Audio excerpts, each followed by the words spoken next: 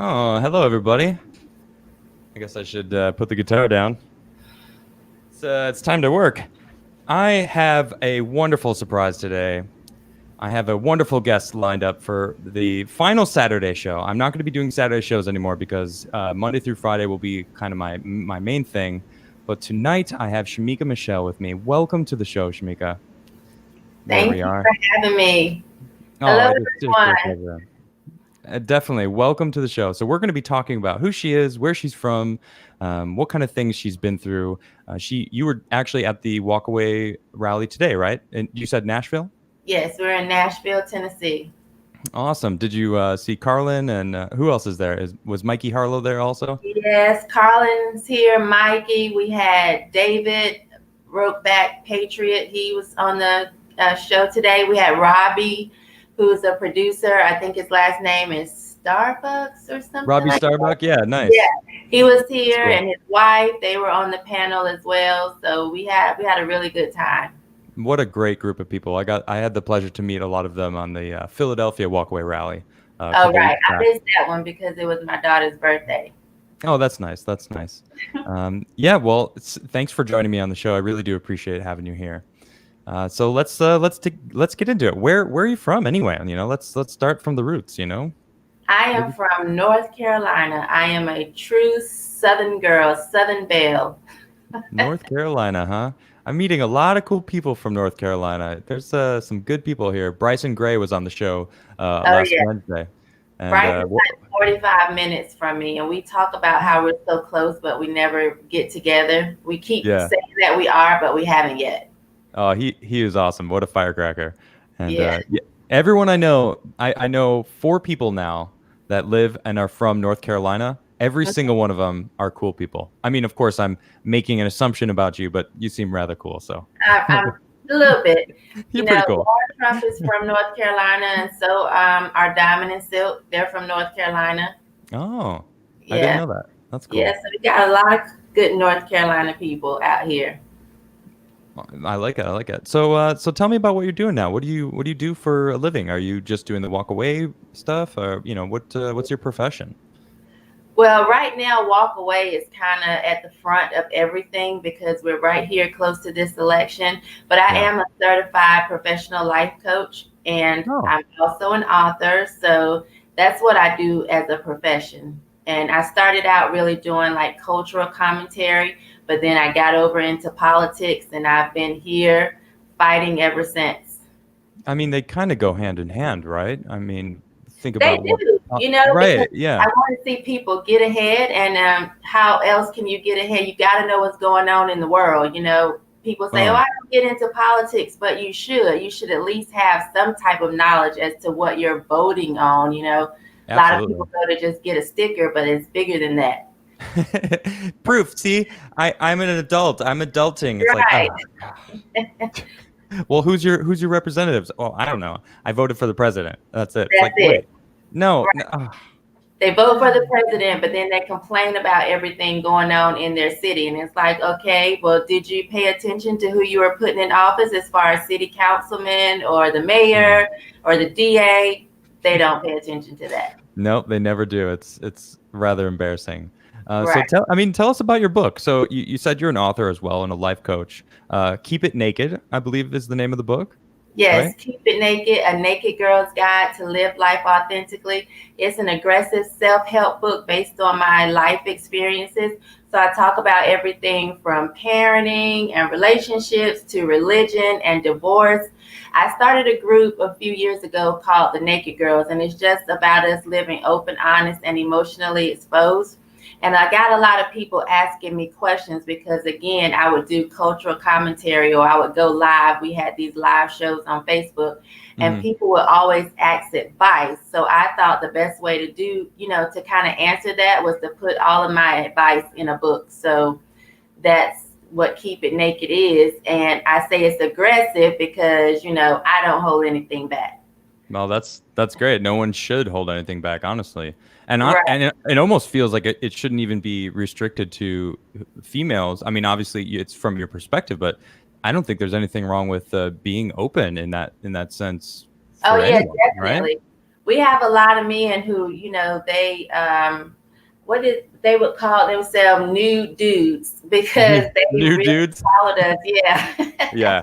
Okay. So they followed the Naked Girls and they were always there for live shows. A lot of them bought the book and thought it was really great. So yeah, it's everybody needs to remove the mask and just live life authentically. So that's I what it's love that. about. I Yeah. love that a lot. I mean, I have some friends that they call me the honest a-hole. That's actually their nickname for me because I'm not I don't pull my punches, you know. I Right. just, especially if you're my friend, the closer you are to me, the more honest I'm going to be to you. And Me I mean, too.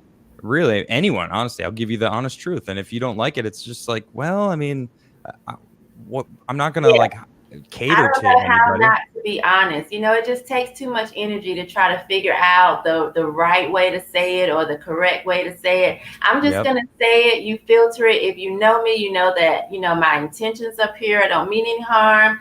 I just gonna put it out there. It's too much trouble to try to remember lies. I don't know how people do it. You have to have a face for this crowd and another face for that crowd. I don't have time for that. I'm gonna have Right. one face. The face that I'm giving you is Yep.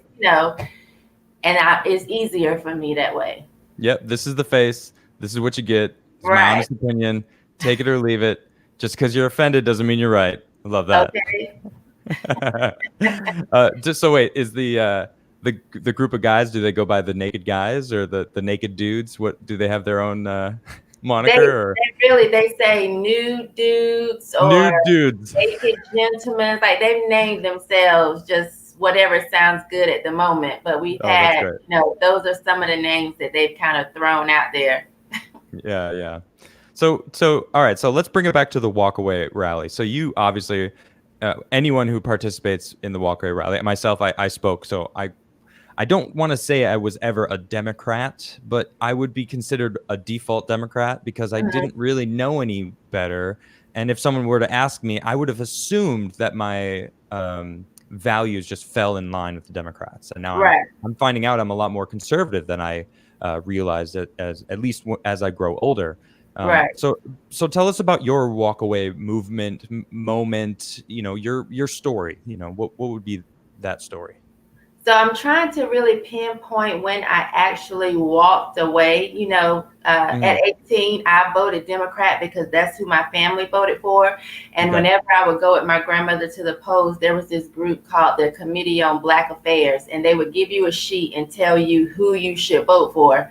And then I also remember as a little girl when Ronald Reagan won, I remember everyone just being so upset, like, oh my God. And I remember Yeah. my mom saying, oh, the Antichrist has won because, his name was 666 Ronald Wilson Reagan.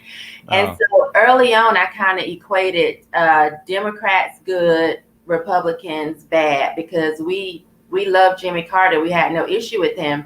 So once I was old enough to vote, I knew I had to vote Democrat.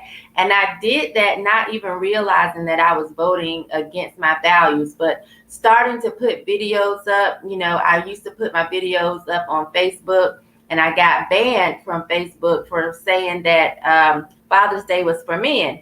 And so one of my friends said, well, start putting your What? videos on Twitter. Yeah, exactly. That's the same Isn't thing it? I said. Isn't it for men? Wait, hold on. Let's talk about that. You got banned because you said Father's Day is for men. Correct. And there was, What? I don't know if it's a big issue in other communities, but in the Black community, there's a lot of people, a lot of women that say, they're the mother and the father because they're raising the kids by themselves. And I'm just trying to get them to understand, like, there's no way you can be the mother and the father. If you've done it by yourself and you've done a good job, you can be a good mom, but you cannot be the mother and the father. Father's Day is for men. And, after 2 million views, they took the video down and put me in Facebook jail, but I'm kind of defiant. So I went and put the video up again. And I guess they said, we know how to handle you. You just won't be able to do this at all again. Oh, And so So I started putting videos on Twitter, and I noticed that a lot of the people that felt the same way I did, especially during the Kavanaugh hearings, they were wow. conservative. Okay. So I'm like, oh, my views haven't really changed. I just didn't know that I was voting wrong. I thought Democrats, again, I was one of the ones that, wanted to get my sticker, and I voted for Obama simply because he was Black. That's me being open, honest, and emotionally exposed. I had no idea what his, platform was or what his policies were. He was Black, so I'm Black. Power to the people. And that's why I voted for him. And it wasn't until his second term that I was just kind of looking like, something doesn't seem quite right. But I wasn't really sure what it was. And so when Hillary and President Trump was running, I knew I was not voting for Hillary. Like, there was no way she was going to get my vote after calling Black men super predators. I did not like the fact that she did the whole hot sauce in my bag thing, trying to pander to Black people. So I knew she wasn't getting my vote, but I thought something was wrong with me that I liked President Trump. I'm like, well, everybody's talking so negatively about him, but I like him. Like, I understand what he's saying. I agree with the things that he wants to implement. What's wrong with me? So I was in the voting booth, and I had no idea who Jill Stein was, but I voted for her. Which now, they say, oh, if you voted for her, you were voting for President Trump. So I feel a little bit good about that. Nice. But I voted for Jill Stein, and then, but as time went on, I began to see people just become so unraveled by him being in office. And it just made me want to look a little closer, dig a little deeper. And I realized that he was actually the man for the job. And so that's why I've been going so hard for this upcoming election, because I just feel like he needs to complete what he has started. And he is the man for the mission. Like, there's no other choice. Yeah, not only you said that you liked what he was saying.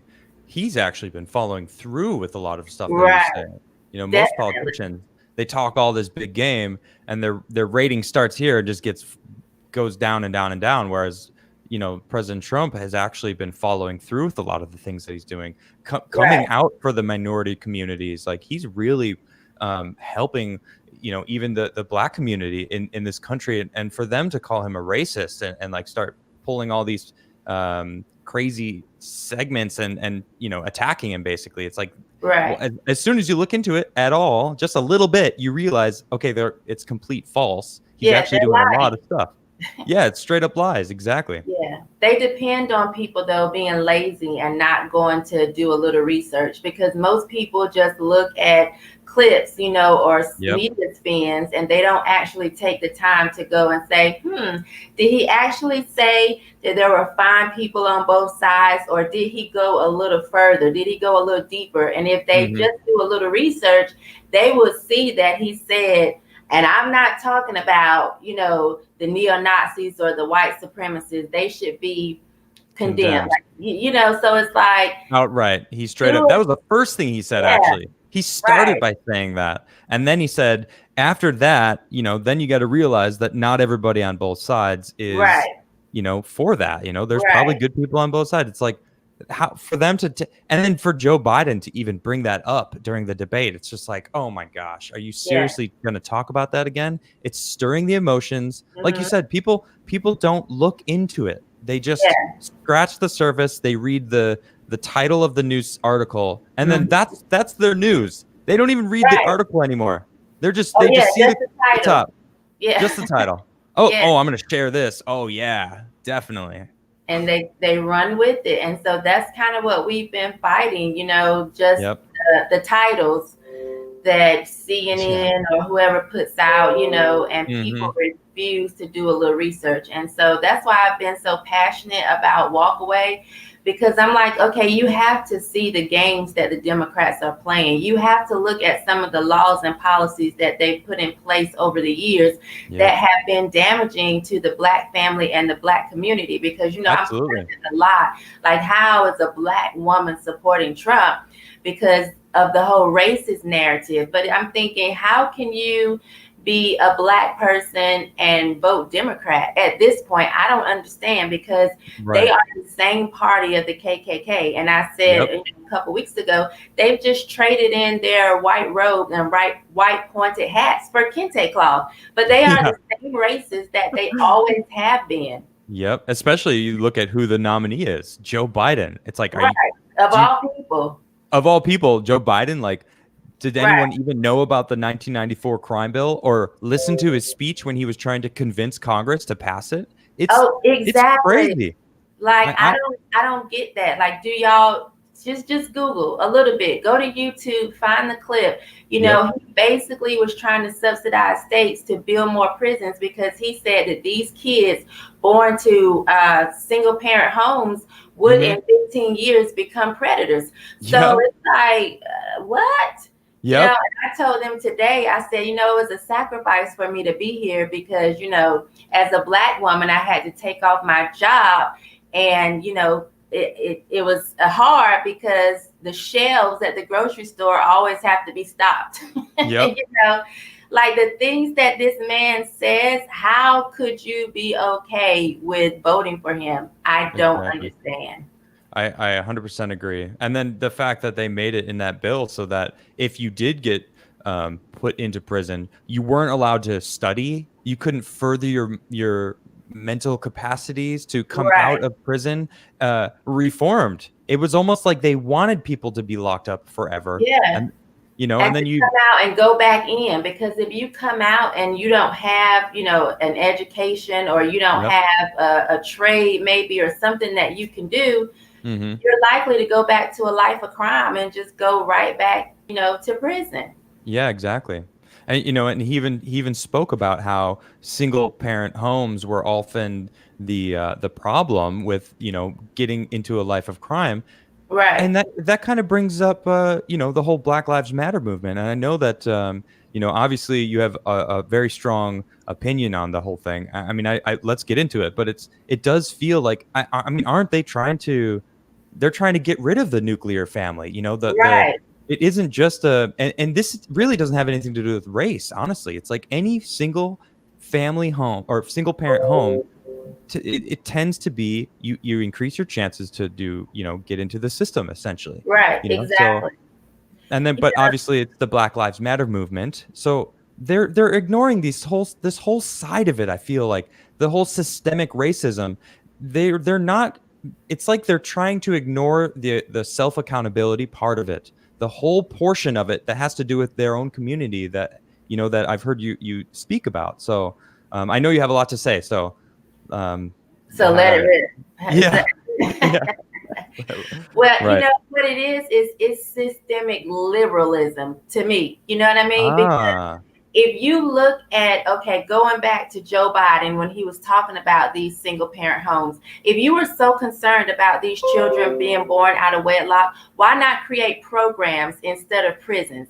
You know, Yep. and on top of that, what they do is they incentivize women to have kids without men. If you Yeah. tell these women, I'm going to give you a check in order for your child to eat, but you can't have a man in the home, most moms will want to feed their child. So they're going to say, okay, give me the check, give me the food Yeah. stamps. And I Hmm. tell people, I don't have an issue with welfare, because it can sustain you. I've actually been on welfare myself, but it can help you survive, but it'll never help you thrive.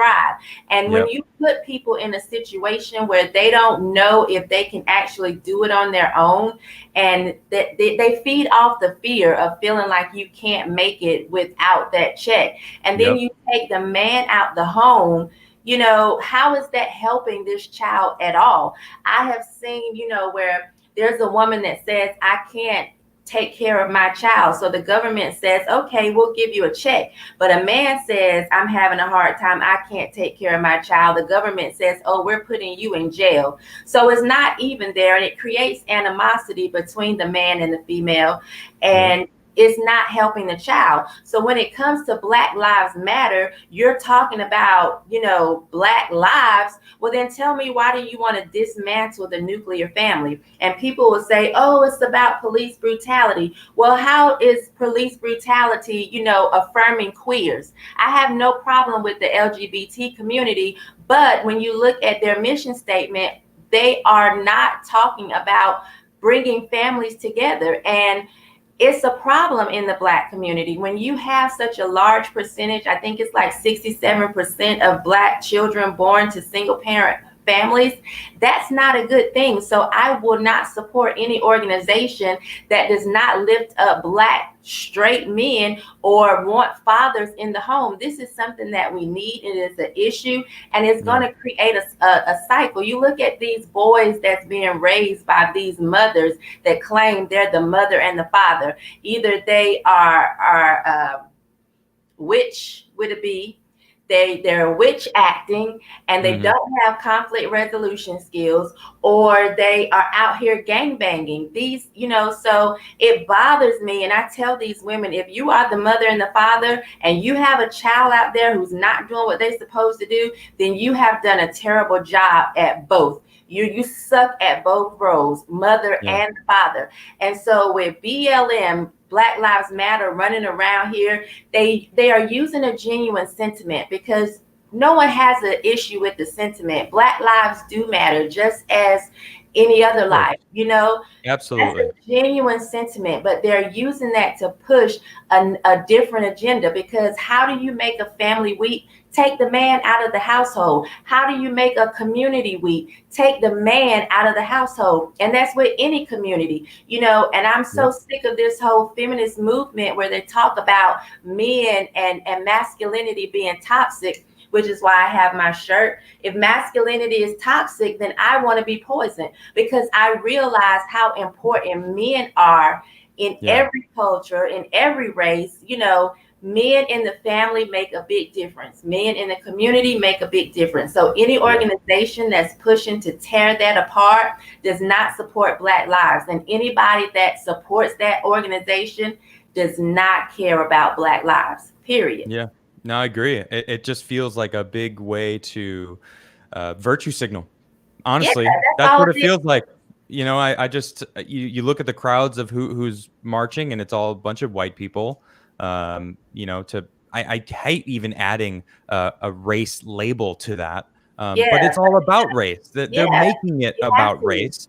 Yeah, and it's like I look, and it's all these white people that have now been convinced that I don't even understand how this works with them, because they're both convinced that white people are superior, but then also are complaining that white people are superior, but then their whole movement is basically claiming that that's the case. So they're supremacists. Like you know what I mean? They feel so supreme. What I mean? That they think I need their validation to know that my life matters. Right, and exactly. That right there is racist. That you are so superior to me that I need your validation every morning when I wake up, whether it's your sign in your yard, the shirt that you're wearing, the bumper sticker that you put on your car. I don't need your voice to know that my life matters. I know that. Thank you very much. Appreciate that. But that shows right there systemic liberalism. You feel like you're so supreme that I need your voice. I need to hear that to know that I am somebody. Yep. Wow. Systemic liberalism. I've never heard that term, but it really does fit very well, doesn't it, man? Definitely. Good. Because look at the laws and the policies just over years, decades that they've put in place. It hasn't benefited, most times the Black family or the Black community, yet 90% of Black people continue to vote Democrat. And so we wonder why the Democrats, feel like they automatically have our vote. Well, I would feel like I automatically had your vote too if you did the same thing year after year looking for a different result. And to me, that shows, that's a little bit shows you a little mentally challenged, because to do the same thing all the time but expect different results, there's nothing smart about that. If you Right. always do what you've always done, you will always get what you've always got. So it's time for us to start doing different, and to continue to vote Democrat and think that you're going to get a change. Yeah. You must have had classes in the basement wearing helmets. Yeah, maybe. I mean, even when Barack Obama was, campaigning for his second election, when he spoke to the National Black Caucus, he straight up said to them, "If you don't vote for me, I'm going to take it as a personal affront to my race." And it was Right. like, what? That's Right. that's how you're going to get them to vote for him, guilting them because you're the same race as them. So you're going to use that's the card you played. Not Yeah. that you deserve to be president, not that you're the best man for the job, but no, just because of your race. Like, Right. what? How is that not sowing division? It is. It really is. And even when Hillary lost, Michelle did some type of interview with someone, and she was like, if you didn't vote for Hillary, you need to really, and she was talking to women, you need to really check yourself. And I'm thinking, was I supposed to vote for Hillary simply because she was a woman? Yep. That's why I'm so offended that, Kamala Harris, and I always say Kamala, but I'm trying to Kamala, Yeah. when they said we're going to pick a woman of color. So it's like not the best person for the job. You're not trying to pick the best person for the job. Right. You want a token, yet you would tell somebody like myself, oh, you're a Trump supporter because, they just need a token. But I chose this, you know what I mean? Right. Like, this is my own thought. This is what I want to do. They didn't come saying, hey, we need Trump supporters and we're going to choose a black woman and I just happened to get the job. No, this is something they found me already speaking up and already speaking out on what I really truly believe.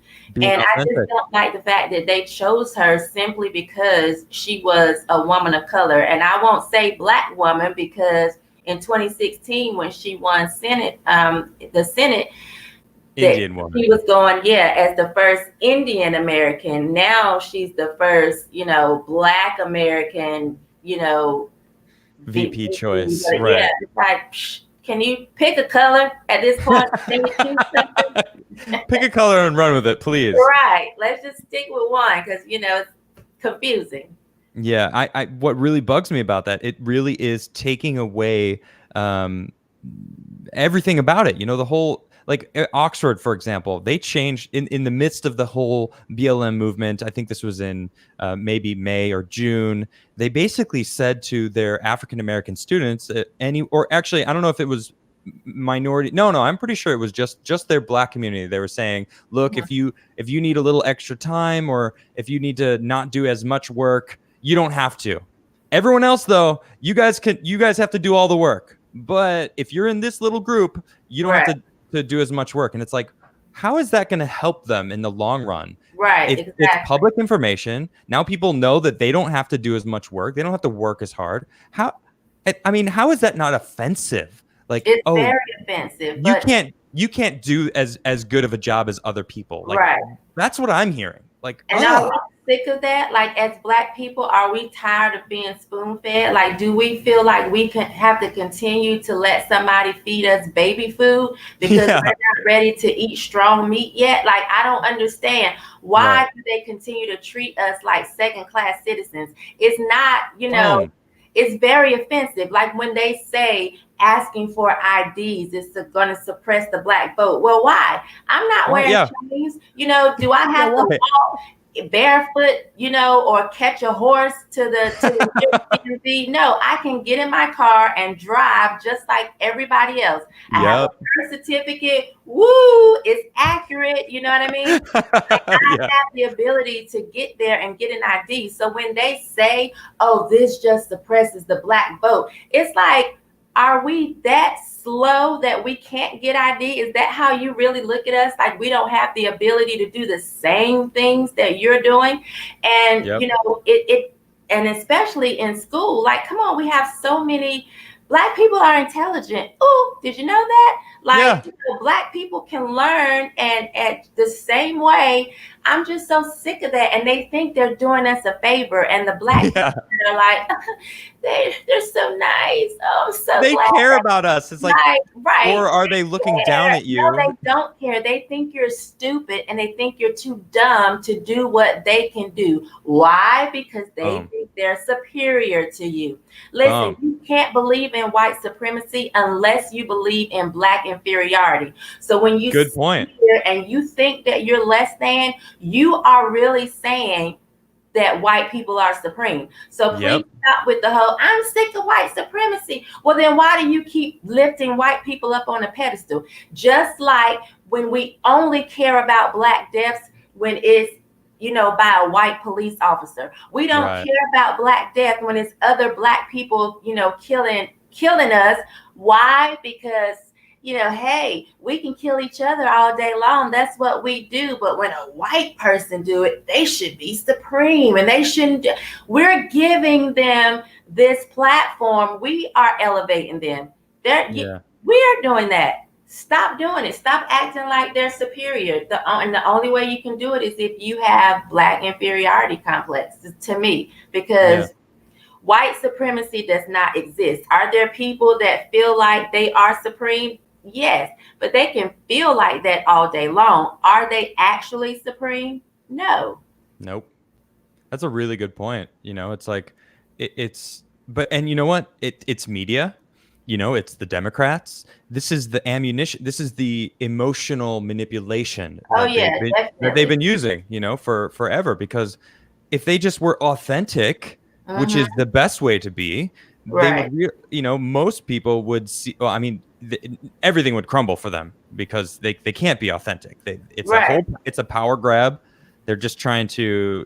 I mean, it seems like they're just trying to take over. That's why. Definitely. That's why when they see you, outspoken, you're very obviously a very powerful, strong woman that is vocal. You don't back down to anybody, and that's scary to the establishment, to them. They don't want you. That's why you got banned so quickly. They don't. Right. Yeah, That's you why go I against the got banned. narrative right away. That's why the guy in Dallas wanted to charge the stage while I was speaking. Yep. They want to shut me up. And that's what I tell people, like people that actually, they may not agree with everything that I say, but they Hmm. appreciate that I have the guts to speak out. When I Yeah. see them applauding people that get, banned or kicked off of social media, like Alex Jones or Laura Yeah. Loomer, I'm telling them, like, you may not like what they have to say, but it's not about who they are. It is about somebody feeling like they have the right to take their voice simply because they don't like what's being said. That Yeah. can happen to us on a smaller level. That could be me, and speaking Yeah. out and being open and honest and free to say what I believe. That means a lot to me. Freedom of speech means a lot to me. So I don't celebrate when I see anyone being shut down simply because I don't agree with what they say. I realize that this is all part of a larger plan for them to control us and just be in control of everything that's going on. I don't think people here realize the liberties that we have here in America compared That's to it. a lot of other countries that have everything censored, what they can watch on TV, what they can say, and so here, like, we're fighting for freedom. And I Yes. don't think that's what people, and if you keep letting the Democrats trick you, thinking, oh, they're racist, you're signing up for slavery. Whether you're black, white, purple, or green, if you're not fighting for freedom, you might as well put your behind on a ship and put your own shackles on, because that's Yeah. exactly what's going to happen. Like, Yeah. freedom. We are fighting Yep. for freedom at this point. Yeah, absolutely. I mean, and I've been saying this for months, on the different shows that I've been on. It's just a lot of Americans nowadays, especially this younger generation, which grew up in this comfort bubbles that we live in as Americans. Right. They have no idea what's it like to have no electricity, to have Right. no running water, to not have a toilet system, Okay. to have it all in the same spot, to have to walk a couple blocks to just fill a bucket of water. that you'll use for doing the dishes, cooking, washing your butt, literally Right. everything. It's like we don't live in the jungle. We don't live in the forest. We live in a beautiful place that we have everything supplied to us. They don't understand how They good it don't. is. And You those know, are the ones out in the street the most, whining yep. and complaining like little babies. What are Yep. y'all whining and complaining about? You Right. have cell phones, at the games. Y'all don't get outside and play. You have no idea what it's like to come in from outside full of mosquito bites because you've Yep. been outside all day and you didn't want to go in the house to get a little break because your mama said if you come back in, you ain't going back out. So you just stay outside all day, Yep. hot, drinking water from the water hose in your yard. Like, they have no idea what that's like, yet they are the ones in the street tearing up everything, riding, talking about stuff is not equal or life is so terrible. Yep. You got it good. Yeah, you got it good. Certificates for pretty much just showing up. Yep. What are you complaining about? Like, I watched this. My kids had a field day and they were playing tug of war, and it was two teams. And when one team won, the teachers actually was like, don't celebrate. We have a first and a second place. There is no first and second place in tug of war when you have two teams. You have a winner and a loser. Yeah, exactly. That's it. And why are we so afraid of telling kids, you lost, try harder next time? Yeah. And that's Spirit why of competition. entitled, Yep. We do this to them, just wanting them, I don't want them to, have the life that I live. Well, you might want to put them out in the yard and let them get mosquito bites or something, because these kids now, they feel like everything, they're just supposed to have it. They don't want to cancel participation trophies. Cancel them. Cancel them, please. Yeah, I did a post on Twitter, I don't know, a couple months ago, and a couple people came on like super angry at me, like, we will never cancel participation trophies. I'm like, are you seriously angry and upset that you realize human beings have gotten to this like society that we've built? We have electricity because of competition. We have everything because of competition. We're in space because of competition. Like, competition is what makes us want to be better people. If there's no competition, there's no reason. Like, whatever, I get a participation trophy. And then you're just going to get complacent. You're going to get comfortable. And then you're going to get malleable and let media tell you how oppressed you are. You're so oppressed in this world. It's like, are you though? Do you have any, like, as you said earlier, they have no idea what true oppression is like. Don't. And they have no idea. It's just, we've allowed it though, but it really bothers me. Like, I remember the good old days. Remember when models actually were cute? Well, I actually was a professional model for about 15 years. Yeah. Remember when they looked good? Remember, when someone was fat and you could be like, you're fat. And it like body shaming. Remember when someone was sleeping around and you could be like, oh, they're a slut. Now it's slut shaming. Well, if you're a slut, you should be ashamed. I don't understand, like, what is this whole new foolishness that we have going on? I don't get it either. If you're cheating on someone, then you have low morals, and that's not okay. That's not okay. I don't respect someone who cheats on someone else. Like, that's not okay with me. It's like slut shaming. Like, what? And it's not a male or female thing. Anyone can be a slut. Exactly. Period. Right. What does it have to do with sex? It's not. It's if you're sleeping around, and that's just, you're a slut.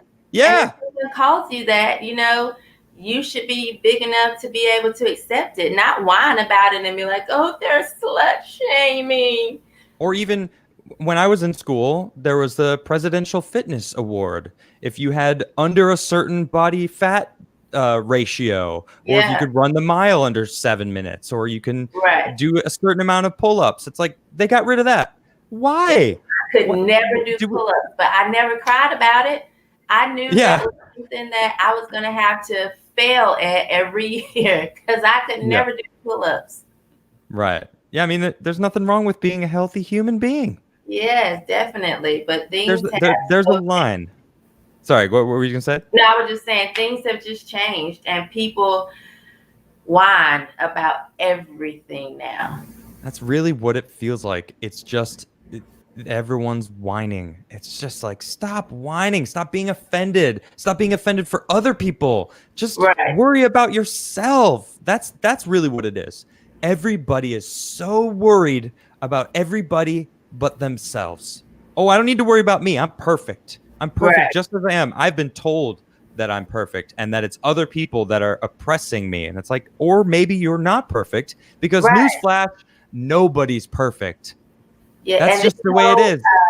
this whole where everybody wants to be included, you know. Oh, you Awesome. have to inclusive. You know this. I saw somebody put a tweet like, "Can you stop whining about people being inclusive? You're not going to fit into every group. Period.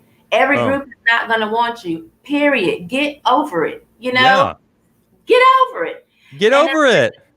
it bothers me so bad. Like, aren't they letting like women be Boy Scouts or something? Like, oh gosh, Something like I'm that. so over that whole thing. Well, It's and Girl Scouts, do they let the guys be Girl Scouts? I mean, I don't know yeah, if it's is that a probably thing? I don't know. because you Aren't can't we a have it meritocracy? now. Like, what happened to just, hiring the best person for the job? That's Yeah, what I want. Like we talked about Kamala Harris, Biden came out in April saying, if I'm chosen as the nominee, I'm going to pick a woman and a woman of color. right, Really, you're not going to pick the right, just simply the best person for the job and then let it come out later that it happens to be a woman. And but the fact that he said that, it's like right. pure pandering. Like Exactly. If I was a what? highly qualified individual, even a highly qualified white woman who got looked over simply because I was white and I Yeah. didn't fit this whole woman of color thing, I Yeah. would be really pissed off. If I Yeah. had worked my whole life for this, or really prepared to be able to stand in that position and I got looked over simply because they wanted a woman of color, Yeah. Well, you even know, worse. What is Kamala? How does she feel? Like, wouldn't you think that she's offended? Like, he straight up and said, I'm going to pick a woman and a woman of color. yeah, Not, she's I'm going to not pick. offended at all. Yeah, that's why she was chosen. She wasn't chosen because she was the best person for the Right. job. In fact, she was on the debate stage calling him racist. Yeah, Like, she really got what? on him about supporting segregationists, but now all of a Yes. sudden, even she had even said like she believed the women that came out and said that he had sexually harassed them or Oh, sexually yeah. assaulted them. She was like, I believe the women. Oh, Yep. but now you're his running mate. You know, Now, yeah, now you look at him and smile like, we're going to do this exactly. together. Like, all I can think is you were calling him racist. You Right. believed the allegations against him. You see him sniffing kids. Like, everything about Joe Biden is just, I Creepy. just don't understand Joe Biden Yes. being Everything about him is creepy, everything. period. Gosh, it is just From creepy. him saying that he knows a lot about roaches and poor kids Yes. are just as smart as white kids. And What it's is like, that? oh, so automatically the poor kids must be black because you're Yeah. like poor. I Yes, and exactly. Pamela is just looking at, what this can do for her. She realized that Joe Biden is a few French fries short of a Happy Meal. Like she knows that everything, no one's home. The lights are on, but Yeah. no one's home. She knows that. And so she can see this opportunity for her. She's feeling like where maybe she will be president if he wins, because I can't see him doing 4 years. True. Like, I just could not see that. Well, do you think that's why um, Speaker Pelosi is bringing up the whole 25th Amendment thing? Do you know about this whole 25th Yeah, Amendment thing? I do. Yeah. I think we're looking at it as if she's targeting President Trump. You know what I mean? But I Right. think it would benefit her either way, whether it's against President Trump or if it's her trying to just go ahead and prepare for Yeah. what's going to happen with Joe Biden, because there's no way. He, There's no way. yeah, he can't even No run way. his daily life. How do we expect him to run a country? It's Yeah. impossible. I'm gonna put a lid on that. It's like what, 9 days, 10, 14 days. I don't remember how many days for the in between. It was like a month before the first debate where he was just like, oh, I'm going to take a lid on this day. I got to prepare for the debate. And Trump Right. running around doing rallies, doing interviews like a boss, and then Joe Biden's got like IV lines, IV holes in his hand. Right. It's like, what are they giving him? Yeah, he's telling them, as he's talking, move the teleprompter up, move it up. Oh, yeah, this? Like, come on, y'all. And it bothers me that people say, oh, I'm voting for the lesser of two evils. That's the dumbest thing that I've ever heard. First of all, how is he the lesser of two evils when you have President Trump here, who has not only he promises made, promises kept, and now giving you other things that he wants to do for the next 4 years that I truly believe that he has the ability to accomplish simply by looking at what he's already accomplished. But here you have Joe Biden, who has been in office for 47 years, who has done nothing. They can't even run on his track record because his track record is crap. So the only thing they can run on is him not being Trump. That's all they're running this man on, because they can't say, oh, well, in 94, he did this, or in 85, he did that, or in 2003. They can't do any of that. So they are running this candidate because he's not Trump. That's it. Yep. He has no record to run on, and foolish, ignorant, closed-minded people will take their behinds to the poll and vote for this man simply because the media has programmed them to hate Trump. And it's silly. It's is. I trust me, I'm with you on that. And actually, a funny tidbit of information, it's 48 years in like 1 week. Oh, God. So the whole 47 years, it's actually 48 years because I looked it up. Yeah, because I wanted to, I did some math, I was like, how long has he been? And I was like, oh man, I was like -11, -12 when he got into office. And he's like, yeah, and he's saying like, oh, well, Trump, he's the worst. He's not fixing anything. It's like, dude, you made it so much worse for minorities. You've said all these things that have proven to me that you think you're superior. Right. Clearly, he thinks he's superior to other minorities. Like, if you look into Joe Biden at all, it's so blatant. It's so in your face. And that's Democrats. Obama was the first intelligent black man that he came across. The way he described him, like he's so well-spoken and so as if that was like an anomaly, like he had never seen that before. You know? Yeah, as if they can't be articulate and be well-spoken and smart. Like, you really believe that, Biden? He does. It's obvious. So obvious that people, sometimes I'm just like, I'm starting to think y'all are low-key slow, for real. Really? Like, people voting for Biden? Yes, I just don't get it. Like, how can you, like, they have nothing, but he's not Trump. That's true. Come on. This stuff affects your life. When it comes to school choice or the Second Amendment,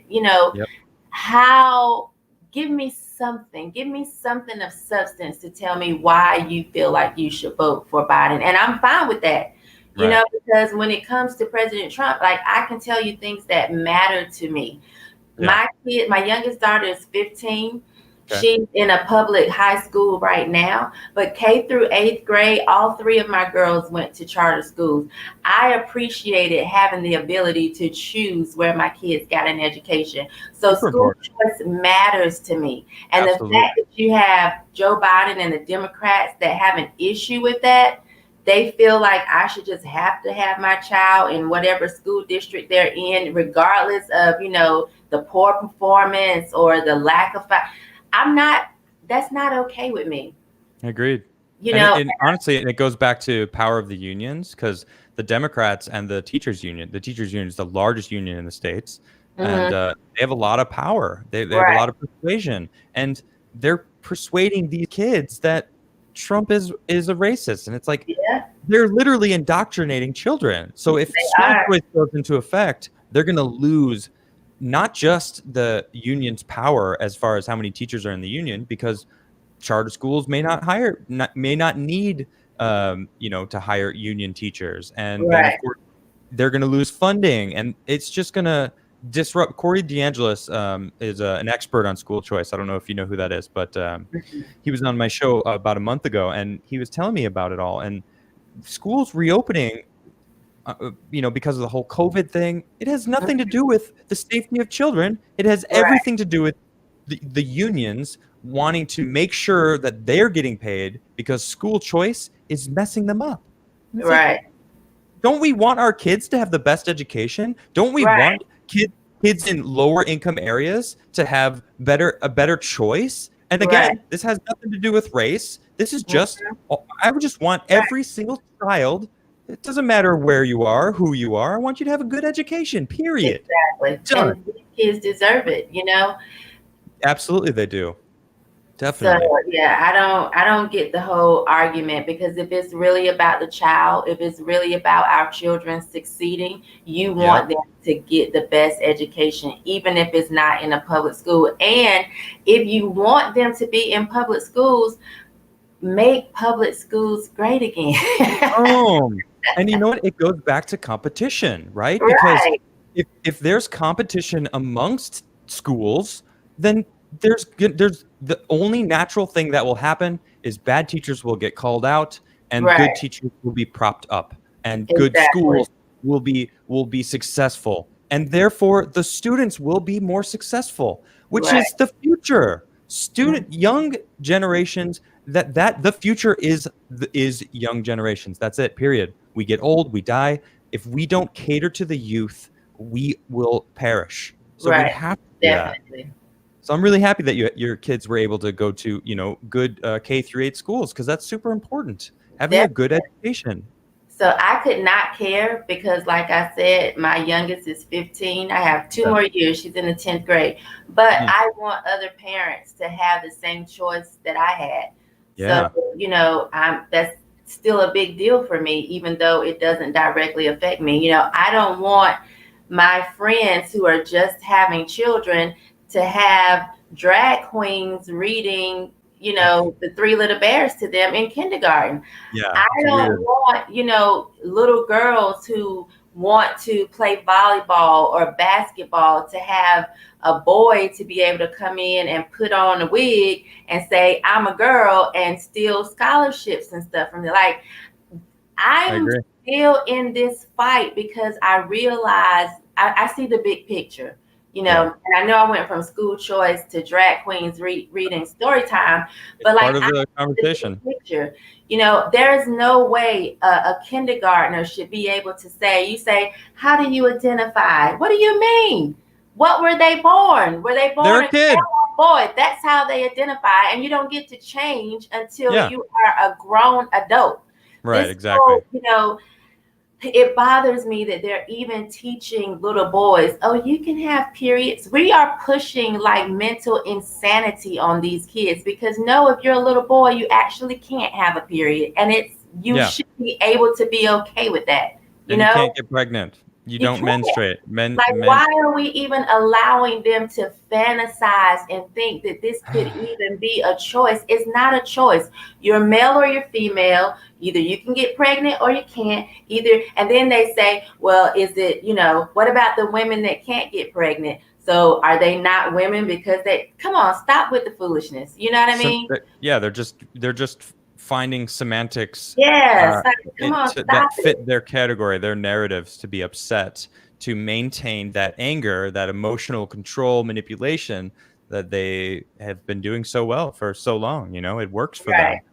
Yeah, and This is we're just the pushing new. mental insanity on these kids, and it's Yeah. being allowed. And I gotta draw a line somewhere. And I think that was also something that said, yeah, I gotta watch how I'm voting, because for me, all Obama wanted to do was put men in the women's restrooms, and like, Yeah. that's what I remember about his presidency. I don't have a issue with gays being able to be be married. I think they should. I think you should Yeah, have the same benefits that, straight people have. I have absolutely. no issue with that. I do have a problem though with a big grown man with a beard being in the bathroom with my little girls. Yeah, I can see that. Yeah, it's yeah, that's a whole nother.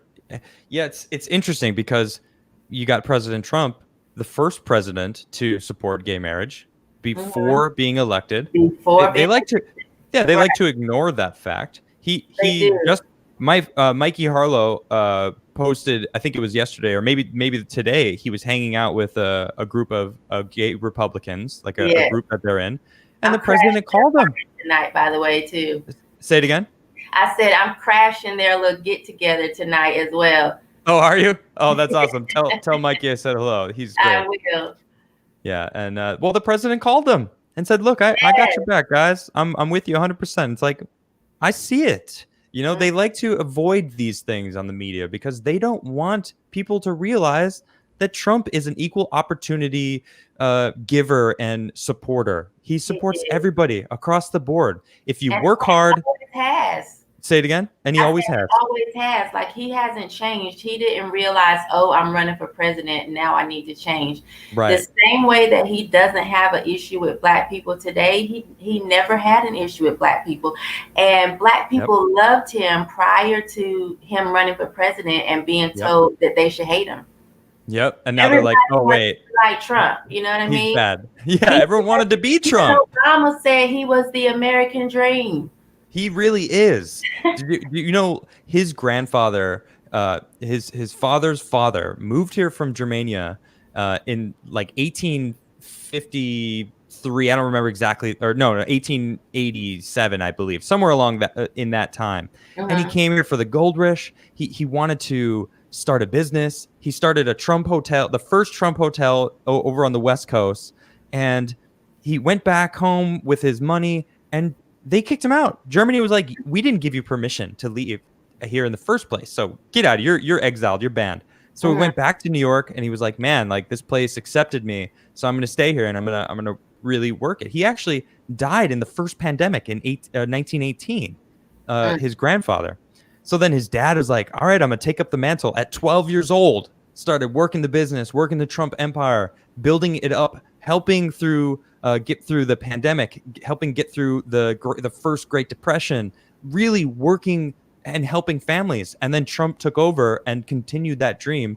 Finally, started building in Manhattan, the city that took in his grandfather when his grandfather came, the first immigrant. So it's like he really is the American dream. Set up a business, work hard, set your children up for the future. Like that's what everyone should be doing. Again, it's about the future, setting up for your children. Nowadays we have this, all these people out there marching, they're worried about one thing, themselves. That's it. Me. Why am I not getting what I deserve? Like, well, how hard have you fought to get what you deserve? Right. Exactly. Can you even answer that? And they're like, it's someone else's fault. It's other people's fault. That's the problem. That's it right there. That's the issue. Yep. No one wants to take accountability. Boom. If you are not where you want to be in life, it's no one's fault but yours. Yep. I'm not where I want to be, but I truly believe that if I continue to work hard, it's up to me. It's gonna. No one is there. No one has their foot on my neck. It is up to me to put my best foot forward and to work hard and to go after and get everything I want out of life. And if I'm 100 years old and it's something that I didn't accomplish, it's no one's fault but mine. I love that. Exact period. Absolutely. That kind of reminds me, right before the show, I asked you, we were talking about what we were going to talk about. And I asked, have you ever dealt with racism in your life? Have you, what kind of stuff? And you started telling me the story. Why don't you go ahead? Yeah, so I was saying, I was a part of this baton group at 6 years old, and there were like maybe 4 or 5 of us there. And I did feel like that I had to work a lot harder than the other the white girls in the group, but it was not an issue for me because who doesn't want to work hard? Who doesn't want to put their best foot forward? Who doesn't want to be the best that they could be?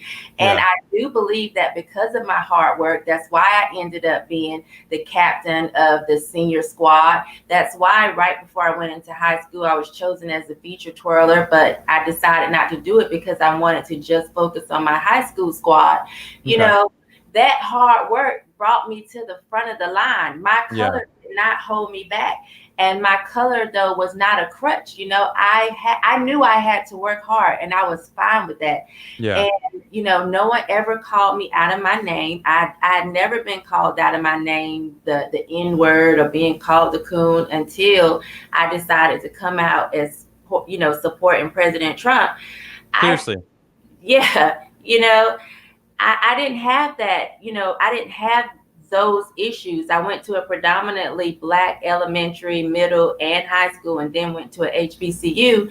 Okay. But if I felt any type of discrimination, honestly, it was from other Black people. You know, I have darker skin, so especially during elementary and middle school, I was considered an African Black booty scratcher. You know, that was I never even heard that term before. Yeah, you know, dark skin was not in when I was coming up. You know, if you were darker than a paper bag, you were not the cream of the crop. Jeez. So yeah. So it's like when it comes to discrimination, I didn't really feel that from white people ever. It was always based on merit, or always just based on what I could bring to the table. It was never about my color or about my gender. It was just about being the best. And so I have always been that person where, you know, if I was running for something, I wanted to win. If I was, you know, going out for a particular role, I wanted the starring role. If I wanted to, you know, I wanted to be head cheerleader. I wanted to be head majorette. For me, it was just always about working hard and doing, you know, to get where I wanted to go. I never thought my color was a crutch, like ever. Awesome. It never. So the fact that people are out here feeling like, you know, their color can hold them back, it makes me so angry when you have people like Oprah Winfrey or LeBron James talking about color being a hindrance. Like, Oprah, as they're million and billionaires, could you be Oprah Winfrey? You were this fat, dark-skinned woman from the South, and you made it to the point where people kind of worship the ground that you walk on. Straight up. Black woman, well, how dare you look back and tell somebody else that they don't have that same opportunity because of the color of their skin? Like, how dare you say that foolishness? What other country has produced a Beyonce? What other country has produced a Michael Jordan or LeBron James? Like, to say that is to me is disrespectful, and then you feel like you have something that other Black people don't have. So if we're held back because of our color, how did you make it? Right, exactly. Yeah. You know what I mean? Like, I may not be as poised as Oprah, but you know what I mean? I may not even be as educated, but I'm definitely much cuter, and I have just as much, you know, personality as she does. So by all means, I could do this. You know, a lot of this kind of talk, you know, it makes me wonder if these people that are, and not even race wise, just the people that are picking on others, you know, that are, people say, oh, that's racist. You know, are they picking on someone because of their race, or are they picking on someone because they're simply different? You know, because as you said, you felt more discrimination from people of your, you know, similar race than from, you know, white people. And it's like, because humans in general can be a-holes. Anyone can be rude. Anyone can be a bully, you know? And I feel like a lot of times people who get picked on, you know, it's always the people that stay the victim and become victims that get picked on more, because bullies look for that, you know? And then they always try to justify why they were being picked on. And, you know, because they're different, they're saying that person's picking on me because of whatever they choose to be. And then when you add into the whole mix, when media is going, If you're black, that's why they're picking. That's why they're picking at you, not Yeah. because of any other reason. Not because they're just simply being a bully. Because Yeah. bullies will exist. They're not all bullies are racist. Not all Right. racists are bullies. But most of the time, they're both of those things. Right. Or mostly they're probably just bullies. Yeah. So And I don't know. if someone's telling you you suck or being mean to you, you might actually suck. And maybe that's a good point also. Yeah, that's true. Sometimes they're telling you the truth. Yeah. So I mean, and people are people, regardless of color. And for me, I was bullied in elementary school, and I think it made me stronger. And I tell people all the time when they try to come for me online and they, feel like they're going to hurt my feelings or get me to close my account, I'm like, look, I went to school every day being bullied. I grew up being called a black African booty scratcher in my face. I'm going to class with this person. There's no way somebody named Akbar in Pakistan with a pet goat is going to make me want to pack up and just be done with life. Yeah. So either it's going to make you stronger, or you're going to just continue with the victim mentality and just be like, oh, woe is me. That was never my thing. Like, oh, you think I can't do this? Watch me. Watch me. I love that. That's what I always say. You have two choices in life.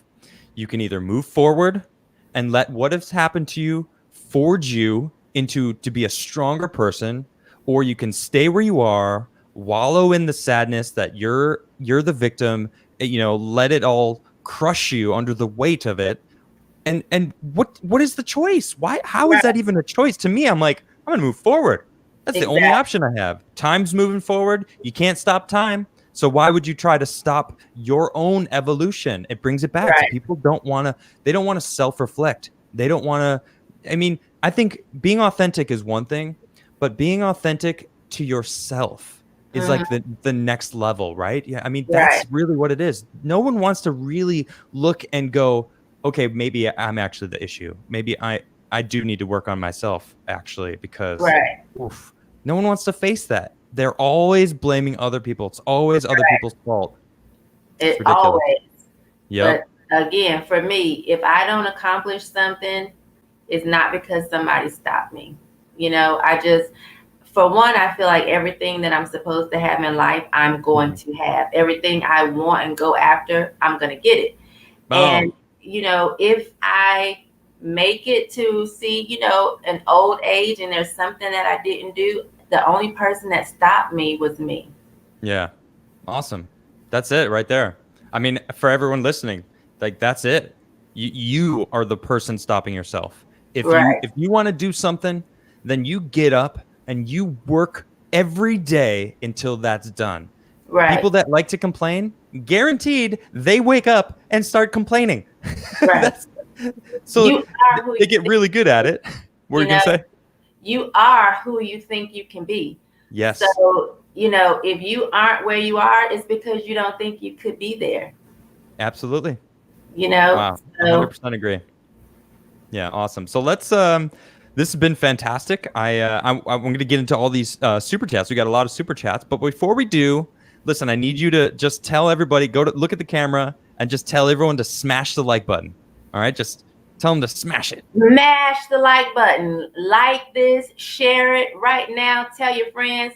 If you are watching and you didn't hit the like button, I have a way of finding you.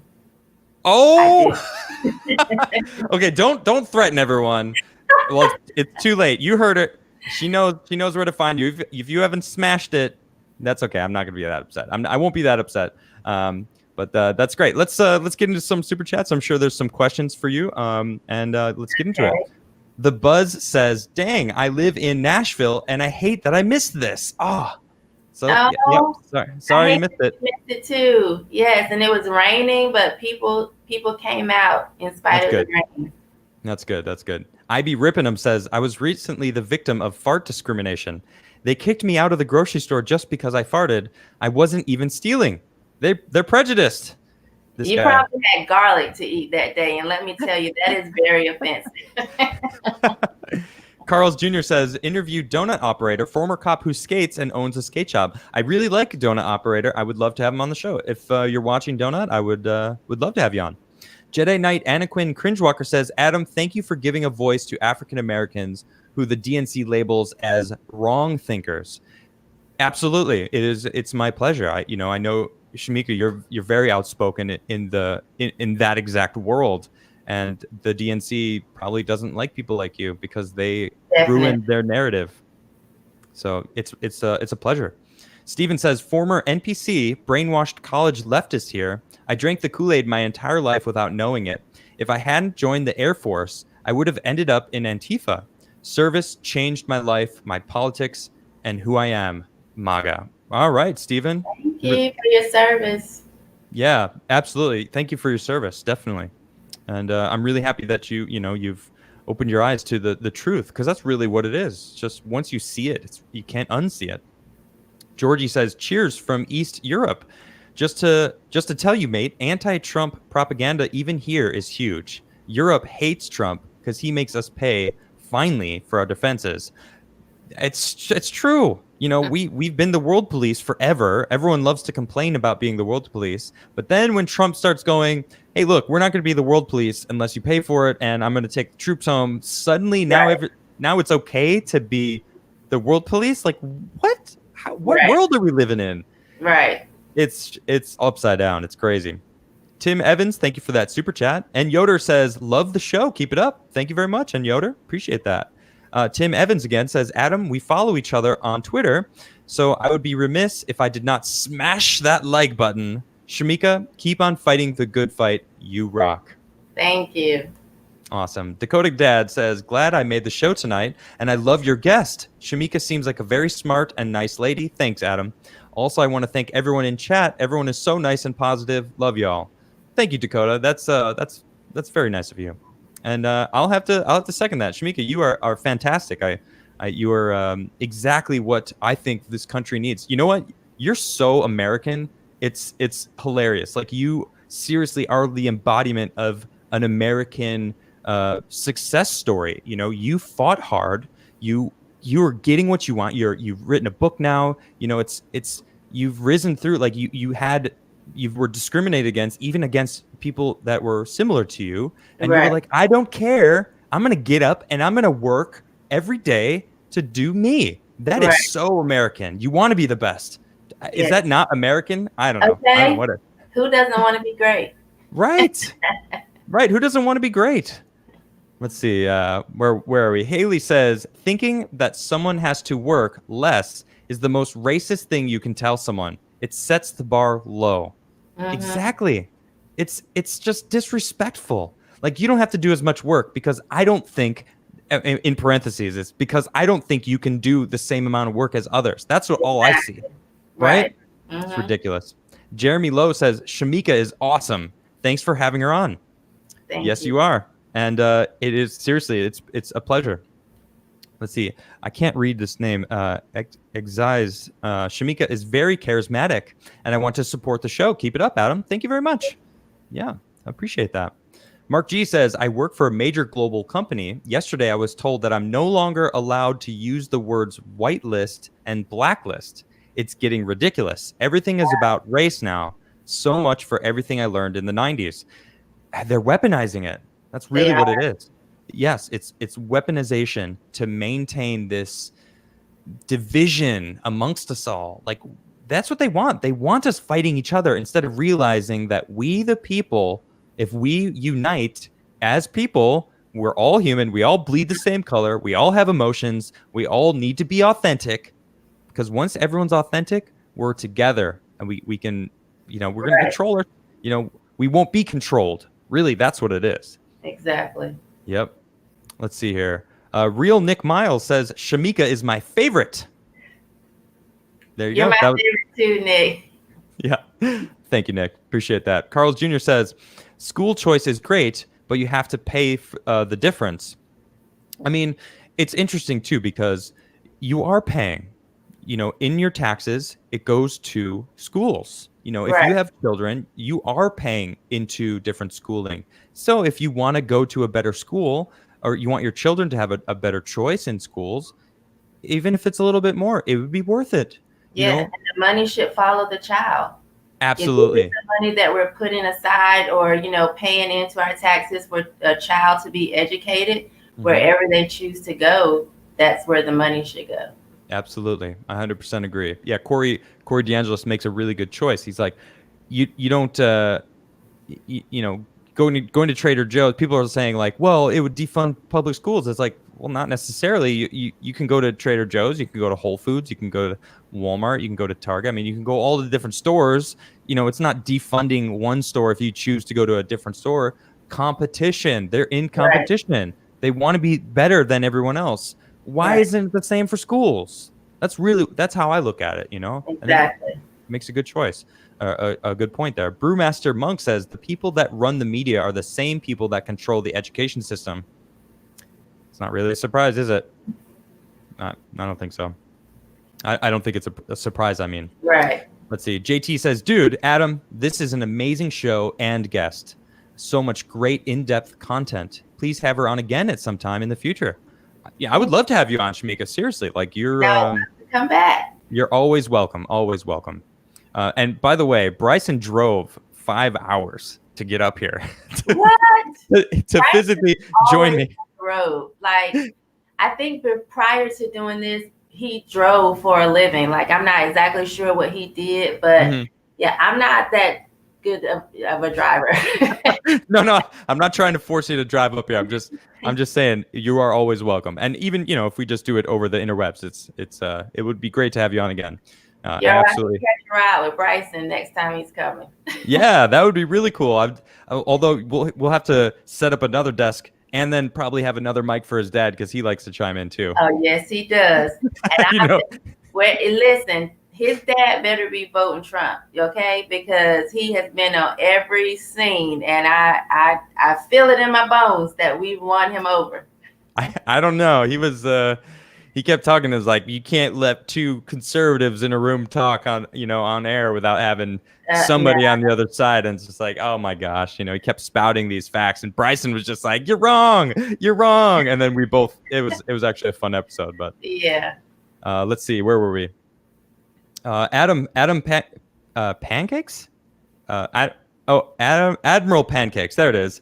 Women like based Shemeka are who we need as men. You're a true elegant queen.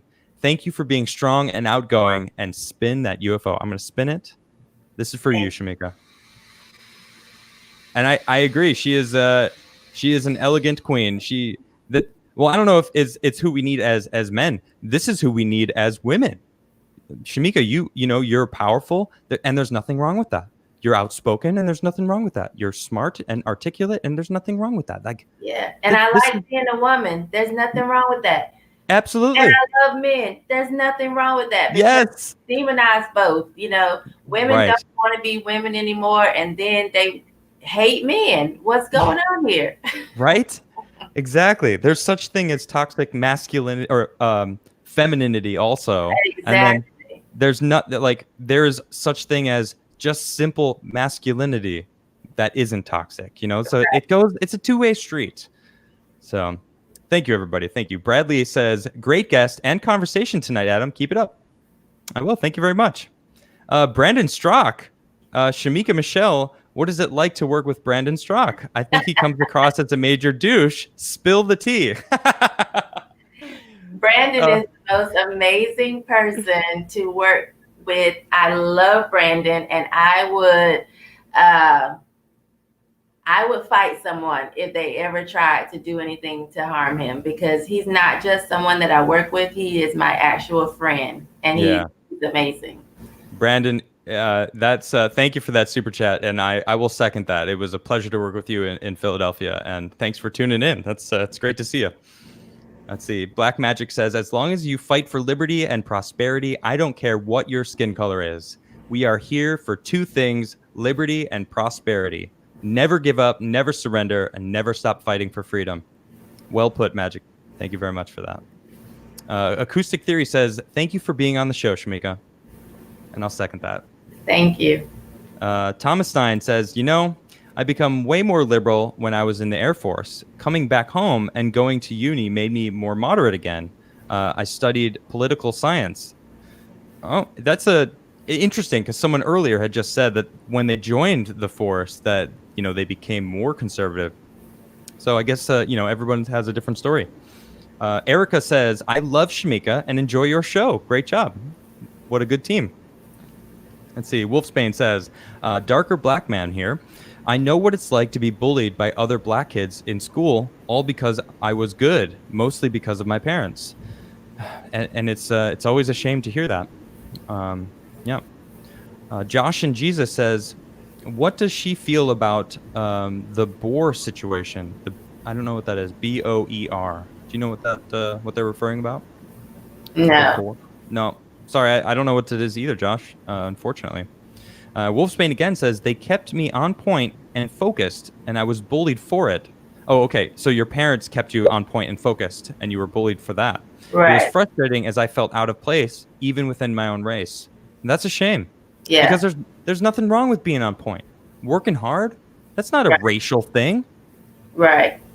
Who's making it a racial thing? Oh, right. The left. They're trying to make it seem that if you're on point, if you care about yourself, if you hold yourself accountable for your own actions, that is somehow racist or a white thing, or there's this crazy paper. Yeah, exactly. Mm-hmm. It's like, oh, you want to be white, or you're acting white because I know how to complete a sentence? That's right. Because I stand up for myself, or I'm accountable for my actions. Like, what? No, that's just being a stand-up human being. That's it. All right.